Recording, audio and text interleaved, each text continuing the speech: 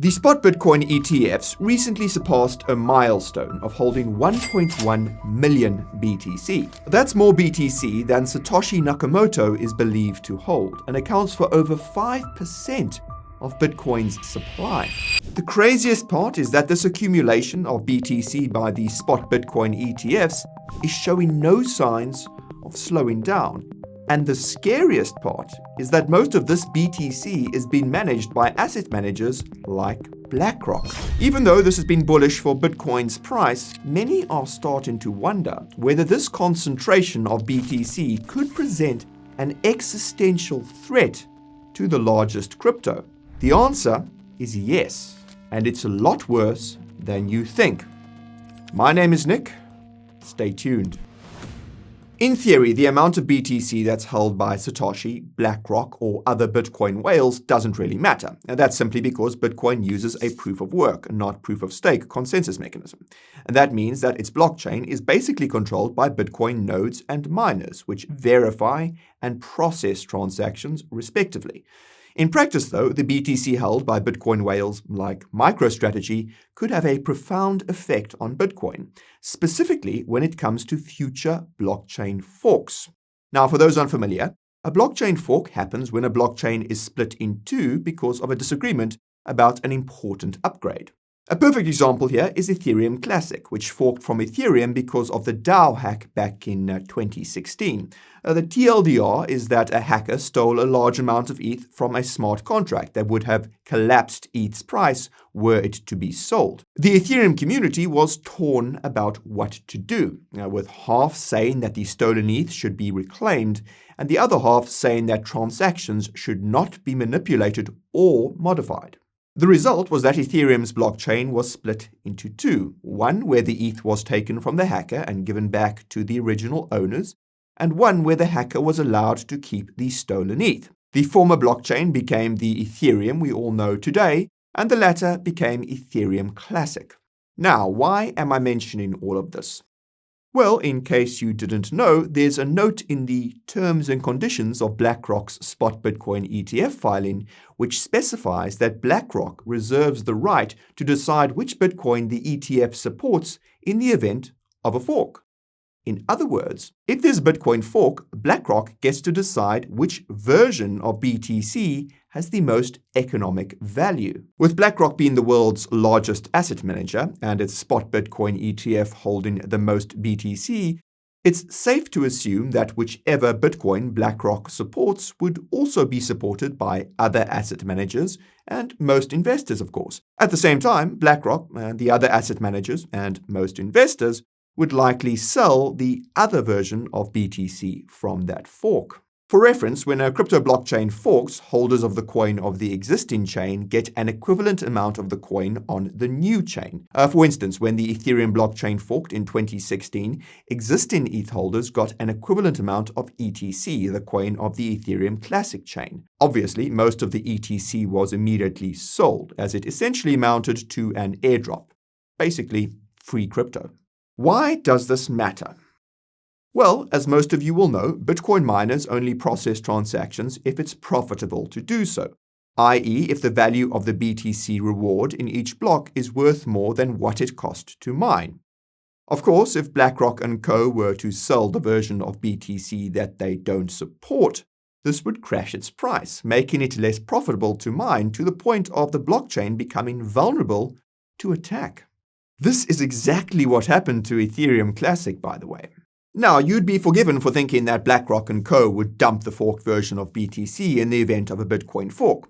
For context, BlackRock is infamous for its ideological approach to investing, particularly ESG.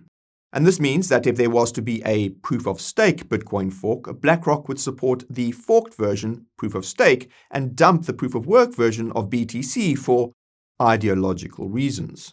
This is a possibility that has been completely forgotten because of the spot Bitcoin ETF hype, and it's the tip of the iceberg of how Bitcoin could become controlled by forces which are at odds with the values of crypto. Make no mistake, entities like BlackRock do not like decentralization. They love centralization, because centralization means control. And by the way, If you're enjoying this video so far, be sure to smash that like button to let us know, and subscribe to the channel and ping the notification bell as well to make sure you don't miss the next one. Now, if you think the idea of entities like BlackRock trying to control Bitcoin is some sort of a conspiracy theory, think again. Believe it or not, but institutional investors have already tried and failed to take control of Bitcoin once before. And this happened back in 2017 and resulted in the Bitcoin fork that created Bitcoin Cash. If you watched our video about the Bitcoin wars, you'll know that institutional investors tried to increase Bitcoin's block size so that it could be used for payments. As with the DAO hack, many in the Bitcoin community believed that this was the right thing to do because BTC's original purpose was to be used as a digital cash, per the white paper. Put differently, they believed BTC's original purpose was to be a currency. However, many others in the Bitcoin community believed that BTC's original purpose was to be a store of value, and that additional use cases like payments could be introduced via external solutions like Lightning Network, for example. Put differently, they believed that BTC's original purpose was to be a money. Notably, they understood that trying to be a currency would create a race to the bottom in terms of centralization.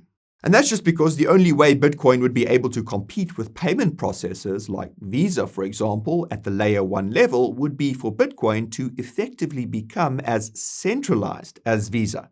Lo and behold, all the newer cryptocurrencies like Solana, Sui, and Aptos are gaining popularity because they're cheap and fast. And the reason why they're cheap and fast is because they're centralized. The OG Bitcoiners were right. Anyways, the reason why I bring this up is because Jonathan Beer, the researcher who wrote the book about Bitcoin's block size war, predicted that institutional investors would someday try to take control of Bitcoin again. Not only that, but he specified that the next Bitcoin war would not be about Bitcoin's block size, but about its censorship resistance, aka the ability to block certain BTC transactions on Bitcoin. And this is where things get interesting. Believe it or not, but some Bitcoin miners have complied with the Office of Foreign Assets Control, or OFAC.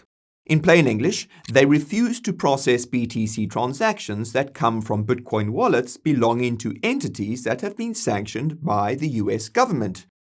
Newsflash, but this sets a very dangerous precedent. If sanctioned entities can be censored, so can you. And this is why decentralization matters. Anyhow, fortunately, most Bitcoin miners do not comply with OFAC, and those that did subsequently pulled a 180.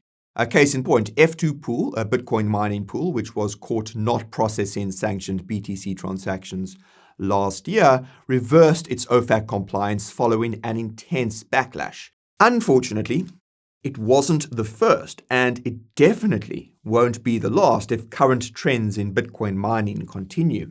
In case you missed the news, it's estimated that publicly traded Bitcoin mining companies in the US account for almost a third of Bitcoin's total hash rate. FYI, controlling more than half of the hash rate theoretically makes it possible to start manipulating BTC transactions, but let's set that aside for now.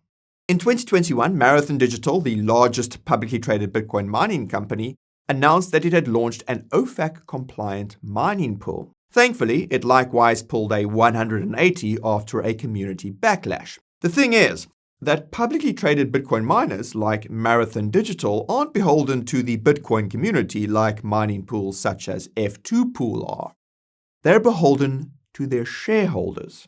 For those unaware, most Bitcoin mining is done using pools, wherein individual Bitcoin mining operations will pool their computing power together because they can earn more BTC in that way. If these individual Bitcoin miners don't like the policy of the pool they're mining in, they can easily just switch to another mining pool, hence why concerns around Bitcoin mining pool centralization are unjustified.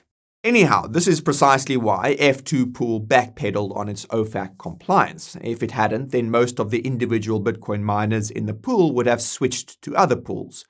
But what happens when massive individual Bitcoin mining operations like Marathon Digital start being compliant with OFAC? And What happens if the Bitcoin mining machines themselves are built to be OFAC compliant?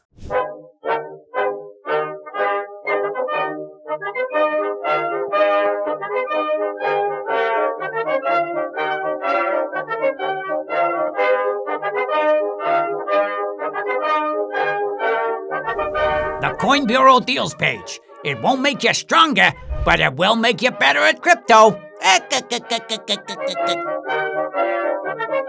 And this is where the iceberg of Bitcoin control starts to go deep and get really cold. In case you forgot, publicly traded Bitcoin miners in the US reportedly account for around a third of Bitcoin's hash rate. Can you guess who has been investing aggressively in these mining companies? That's right, asset managers like BlackRock. According to Wall Street Zen, BlackRock holds 14% of Marathon Digital shares, followed by Vanguard at 11% and State Street at 3.5%. Asset manager Fidelity had reportedly purchased 7.4% of Marathon Digital's outstanding shares in 2021, but it doesn't seem to be among its top holders anymore. In any case, the key takeaway is that more and more of Bitcoin's hash rate is coming from these publicly traded Bitcoin mining companies. And more of the shares in these mining companies are being bought by asset managers. In case it wasn't clear enough, holding large shares in publicly traded companies is exactly how BlackRock and Co. control so much of the world. What these asset managers will do is pressure the companies they've invested in to comply, or else they'll sell their shares.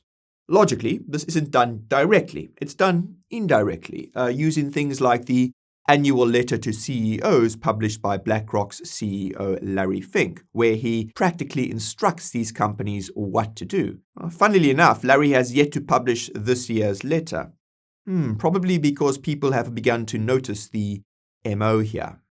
Regardless, given that BlackRock and Co. are arguably an extension of the US government, there's a good chance that they will eventually start pressuring these publicly traded Bitcoin miners to censor BTC transactions in line with OFAC, which is under the wing of the US Treasury Department. And this wouldn't need to be done by refusing to buy more shares or sell existing shares either. You see, BlackRock and the entities it's affiliated with have a history of denying funding to companies that don't comply with their criteria. The crypto mining industry requires a constant injection of new capital to pay for energy and buy new ASICs, and many Bitcoin miners borrow money during the bear markets to survive. And some of you might recall that concerns about defaults on these debts once created quite a bit of FUD in the crypto community. As such, all BlackRock and Co. would need to do is tell these companies that they'll give them all the funding they need on the condition that they do things like censor certain BTC transactions. Logically, this probably won't be a problem during the bull market when these loans aren't needed. But it sets the stage for serious capture during the crypto bear market. Now, to be fair, this will only become a risk if most of Bitcoin's hash rate starts coming from publicly traded Bitcoin mining companies in the US, which is by no means guaranteed. Consider that other estimates suggest that 55% of Bitcoin's hash rate still comes from China, which is also a bit concerning. What's more concerning, though, is the fact that over 90% of the ASIC machines used to mine BTC are made by Bitmain, a Chinese company. And what's fascinating is that Bitmain recently announced that it will begin manufacturing ASICs in the United States, presumably because of concerns over Trump's upcoming tariffs. Whatever the case, the key takeaway is that Bitmain clearly presents a point of centralization in Bitcoin's stack that could be exploited by the likes of BlackRock. The good news is that Bitmain is not publicly traded, meaning that BlackRock and Co. can't buy up its shares and start forcing it to do things like build OFAC compliance directly into the machines. The bad news is that Bitmain has been trying to go public for years, presumably because its shareholders want to get rich by selling stock on the open market. It's not entirely clear if Bitmain still wants to go public, but if it does, then it opens the door to BlackRock and Co. investing aggressively in Bitmain the way they are doing with the publicly traded Bitcoin miners, but with much more dire consequences. However, This assumes that Bitcoin miners are the ones which control the Bitcoin blockchain. And as it happens, this is something that the institutional investors believed back in 2017, and it's fundamentally why their attempt to control Bitcoin failed. In reality, it's the nodes and developers that determine the future of the Bitcoin blockchain. And this is where things get interesting again. To refresh your memory, Bitcoin nodes verify BTC transactions and Bitcoin miners process them. In practical terms, this means that the Bitcoin nodes check that the BTC transactions being processed are consistent with the rules of the Bitcoin protocol. If they are not consistent with these rules, they are rejected and never get processed by the miners as a result. This begs the question of what exactly the Bitcoin protocol is and who writes its rules. The answer to the former is Bitcoin Core, the software that's run by Bitcoin nodes. The answer to the latter is Bitcoin's developers, who maintain the Bitcoin Core software and update it as needed. The victory against the institutions back in 2017 ultimately confirmed that the Bitcoin Core is Bitcoin, not the mining power. Even so, that doesn't mean that the Bitcoin miners are obligated to support the rules that are written into the Bitcoin Core software by Bitcoin developers. As the rules with the mining pools, Bitcoin miners who don't like the rules of the Bitcoin Core version can opt to use a different version, be it an older or a newer one. As you might have guessed, this is what a blockchain fork is at the technical level. In this case, a Bitcoin fork means one group of miners following one version of Bitcoin Core, and the other group of miners following a different version of Bitcoin Core. To clarify, Bitcoin miners are also nodes, but many nodes are run by members of the Bitcoin community, either because they want to send BTC transactions directly from their own node for security reasons, or because they want to support Bitcoin. But back to Bitcoin's developers. You can think of them as being analogous to Bitmain in the sense that they have a de facto monopoly on Bitcoin nodes, the same way that Bitmain does with ASICs. In practical terms, that means that if Bitcoin's developers are compromised and captured, then Bitcoin itself could become compromised and captured. In this case, Bitcoin's developers could code Bitcoin Core to comply with OFAC at the protocol level. Besides the fact that this version of Bitcoin Core would not be followed by Bitcoin nodes and Bitcoin miners, Bitcoin's developers would never do this because it would undermine the primary value proposition of Bitcoin, which is to transfer value digitally via BTC without any censorship whatsoever. And this brings us to the bottom of the iceberg of Bitcoin control, a level so deep that you can barely see what's going on. Whereas Bitcoin miners are clearly incentivized to make money by mining BTC, and Bitcoin nodes are clearly incentivized to increase the security of their own BTC transactions, the incentives of Bitcoin's most important developers are unclear at their core, pun intended. For some, the incentive to improve Bitcoin Core is the crypto-anarchist philosophy behind Bitcoin. For others, the incentive to improve Bitcoin Core is financial. For a few, the incentive to improve Bitcoin Core is their own personal interest in the technical side of crypto. And for BlackRock and co., the incentive is to incentivize many of Bitcoin's developers to change Bitcoin Core in the way that BlackRock and co. want. No, this is also not a conspiracy theory. If you watched our first video about BlackRock and ESG, you'll know that an ESG ratings firm called MSCI has been looking into which Bitcoin developers have the most influence over Bitcoin Core. We leave a link to the podcast where they discuss this because it's truly eye-opening stuff. The podcast revealed that institutional investors like BlackRock understand that Bitcoin miners aren't the only entities that they need to control if they want to control Bitcoin. In fact, the hosts of the podcast make the Bitcoin OG argument that the miners don't matter at all. It's really the developers who control Bitcoin. They even go so far as to imply that these developers are Bitcoin's de facto board of directors. And this language should alarm you because it implies that Bitcoin is just another company that could be coerced via corporate governance. So far, BlackRock and co. haven't succeeded in coercing Bitcoin's developers, at least not the current ones. But consider that Van Eck is donating 5% of its spot Bitcoin ETF fees to Bitcoin developers. Now imagine what would happen if BlackRock did the same with different devs. If BlackRock's ETF becomes the largest holder of BTC, and if most of the mining starts being done by publicly traded Bitcoin mining companies owned by BlackRock, and if Bitmain goes public and BlackRock becomes its largest shareholder, and if most of the development on Bitcoin Core starts being funded by BlackRock, is it really Bitcoin? The answer is no. So, let's make sure it never gets to that point. If you made it this far and you want more content like this, you can subscribe to the channel right over here. And if trading is your thing, then why not check out our new look trading channel right over here. Okay, that's all from me. See you folks next time.